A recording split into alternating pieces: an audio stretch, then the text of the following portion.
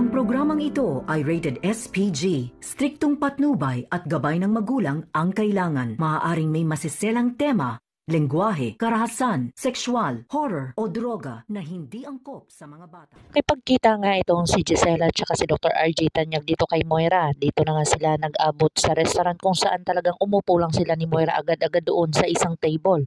Dito na nagtanong-tanong itong si Gisela at si Dr. RJ Tanyag na kung saan talagang hindi sila naniniwala dito kay Moira. Dito na nga ay umalis na lang sila dahil sinabi ni Dr. RJ na wala ding papahantungan ang kanilang pag-uusap kundi talagang wala din naman silang makukuha kay Moira. Dito na nga ay iniwanan nila ni Giselle itong si Moira at ang kanyang kaibigan. Ginid sa kalaman ni Moira ay talagang sinisilipan sila ni Giselle at saka ni Dr. RJ Tanyag dahil pareho ang magkapatid ng mga iniisip.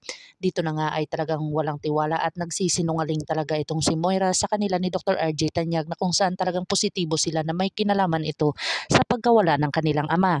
Dito na kinompronta ni Risa itong kanyang kaibigan na si Moira na talagang may kinalaman ba talaga doon sa pagkakawala ni Don Pepe. Dito na sinabi ni Moira ang katotohanan na huo at talagang siya ang may pasimuno ng paghuli dito kay Don Pepe dahil alam na ni Don Pepe ang buong katotohanan tungkol kay Zoe. Dito na nga ay talagang wala nang magawa itong si Nerissa kundi pagbigyan na lang si Moira at talagang binigay niya dito ang kanyang sasakyan. Dito na nga ay nag-uusap ang dalawa nginid sa kalaman na nakasilip pala ang magkapatid na si Giselle at saka si Ubeng. Dito na nga ay talagang binigay ni Risa itong kanyang kotse at talagang umalis na itong si Moira. Dito na nga sinundan nila at nakiusap itong si Don Pepe dito sa tagabantay niya na mabait naman at mabuting puso. Sinabi niya dito na dodoblehin o triplehin niya pa ang binayad ni Moira sa kanya na kung saan huling sinabi niya na 10 milyon daw. Talagang porsigido itong si Don Pepe na gumastos basta makalabas lang siya doon.